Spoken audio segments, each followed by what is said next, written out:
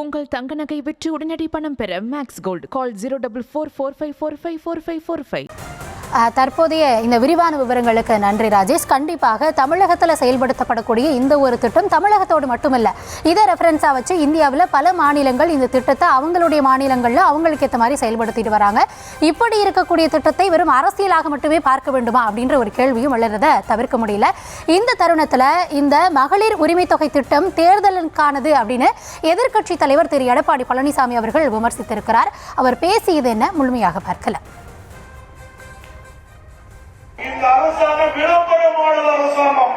ஏன்னா ஸ்டாலின் என்ன பண்ணுவாரு, அப்படியே அழகா மேக்கப் போட்டுட்டு அப்படியே ஒரு திட்டத்தை அறிவிப்பாரு, ஒரு குழு போட்டுவாரு, அப்படியே பத்திரிகையில ஊடகத்துல வரும். அதுதான் 4 ஆண்டு காலம் மக்கள் பார்த்த காட்சி.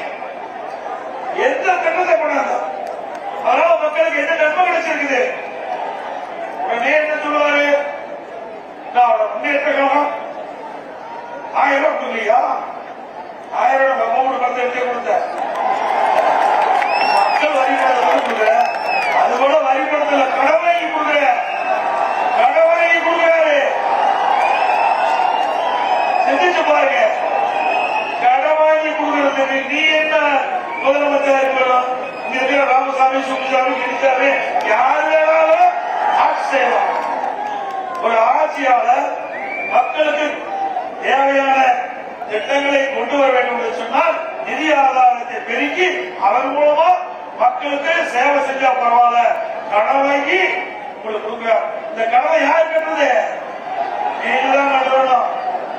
மகிழ்ச்சியா வாங்கிட்டு இருக்கிறோம். இதுக்கு வரி போட்டு இன்னைக்கு மக்கள் தலையில சுமத்த போறாங்க.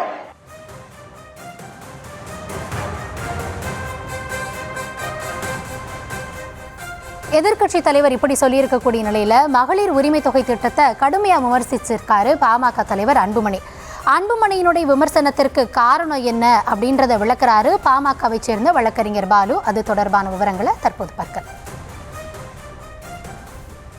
தகுதியுள்ள விடுபட்ட இது எல்லாமே மோசடி. ஏனென்றால் கலைஞர் உரிமை தொகை திட்டத்தை அறிவித்த போது திராவிட முன்னேற்றக் கழகம் சொன்னது, தமிழ்நாட்டில் உள்ள அத்தனை குடும்ப அட்டைதாரர்களுக்கும் இது வழங்கப்படும் என்று தெரிவித்தார். தமிழ்நாட்டில் 2,30,00,000 குடும்ப அட்டைதாரர்கள் உள்ளார்கள். 2,30,00,000 குடும்பத்தினருக்கு 1000 ரூபாய் கலைஞர் உரிமை தொகையை வழங்கியிருக்க வேண்டும் அவர்கள் சொன்ன வாக்குறுதியின்படி. ஆனால் இந்த திட்டத்தை அவர்கள் அறிமுகப்படுத்திய போது 1,16,00,000 குடும்ப அட்டைதாரர்களுக்கு மட்டும்தான் அவர்கள் உரிமை தொகையை வழங்கினார்கள். அதில் தகுதியுள்ளவர்கள் என்ற ஒரு வார்த்தையை அவர்கள் சேர்த்தார்கள். இது தேர்தல் வாக்குறுதியில் சொல்லப்படாத ஒரு நிபந்தனை. அதை திராவிட முன்னேற்றக் கழகம் ஒவ்வொரு குடும்ப அட்டைதாரர்களுக்கும் 1000 ரூபாய் கொடுப்பார்கள் என்ற அவர்கள் கொடுத்த வாக்குறுதியை நம்பிதான் திராவிட முன்னேற்றக் கழகத்திற்கு மக்கள் வாக்களித்தார்கள். 4 ஆண்டுகளை கடந்து எதிர்க்கட்சிகள் பல்வேறு தருணங்களில் நீங்கள் மோசடி செய்கிறீர்கள், ஏமாற்றுகிறீர்கள், ஒவ்வொரு குடும்பத்தையும் திமுக ஏமாற்றுகிறது என்று கொடுத்த பல்வேறு விமர்சனங்களையும் அவர்கள் கருத்திலே கொள்ளாமல் தேர்தல் நெருங்கக்கூடிய இந்த சூழலில் விடுபட்டவர்களுக்கு அவர்களை கண்டறிந்து அவர்களுக்கு உரிமை தொகை வழங்குவதற்கான நடவடிக்கைகளை வீடு வீடாக நாங்கள் செல்கிறோம் என்று சொல்கிறார்கள். இது விடுபட்டவர்களுக்கு உரிமை தொகை வழங்குவதற்காக வீடு வீடாக செல்லக்கூடிய திட்டம் அல்ல. திராவிட முன்னேற்றக் கழகத்திற்கு ஓட்டு போடுங்கள் என்று அரசு அதிகாரிகள் மூலமாக வீடு வீடாக செல்வதற்கான பணியைத்தான் திமுக செய்து கொண்டிருக்கிறது. இது ஒரு மோசடி, இது ஒரு நம்பிக்கை மோசடி. இதன் மூலமாக ஒட்டுமொத்தமாக தமிழ்நாட்டில் இருக்கக்கூடிய குடும்பத்தினரையும் திராவிட முன்னேற்றக் கழகம் ஏமாற்றி இருக்கிறது. தகுந்த பாடத்தை இந்த தேர்தலில் மக்கள் நிச்சயமாக புகட்டுவார்கள். நான் ஒரு வழக்கறிஞராக சொல்கிறேன், இது ஒரு சலுகையாக, இது ஒரு அரசினுடைய இனாமாக அவர் அறிவிக்கவில்லை. இது ஒரு குடும்ப தலைவிக்கான உரிமை தொகை என்ற வார்த்தையை அவர்கள் பயன்படுத்துகிறார்கள். உரிமை தொகை என்று சொன்னால் அந்த உரிமை என்றைக்கு தொடங்குகிறதோ அதிலிருந்து அவர்களுக்கு அந்த பணம் கொடுக்கப்பட வேண்டும். அதில் 2,30,00,000 1,16,00,000 மட்டும்தான் அவர்கள் கொடுத்திருக்கிறார்கள் சொன்னால் மீதம் இருக்கக்கூடிய 1,14,00,000 குடும்பத்தினருக்கும் இந்த திட்டம் என்றைக்கு தொடங்கப்பட்டதோ அன்றிலிருந்து இன்று வரை மாதம் 1000 ரூபாய் என்பதை கணக்கிட்டு இன்றிலிருந்து 1000 கொடுக்க வேண்டும். அதுதான் நியாயமானது, அதுதான் சரியானது.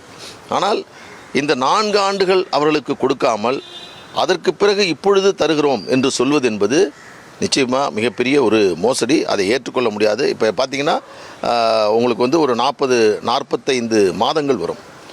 அந்த 45 மாதங்களுக்கும் 45,000 பணத்தோடு இந்த 1000ஐயும் கொடுத்தால் அதை ஏற்றுக்கொள்ளலாம்.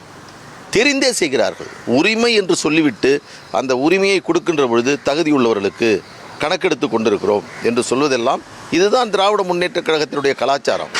நம்ப வைத்து மக்களிடம் வாக்குகளை பெற்று அதற்கு பிறகு அந்த தேர்தல் வாக்குறுதிகளை நிறைவேற்ற என்றைக்குமே திராவிட முன்னேற்றக் கழகம் முன்வந்தது அல்ல.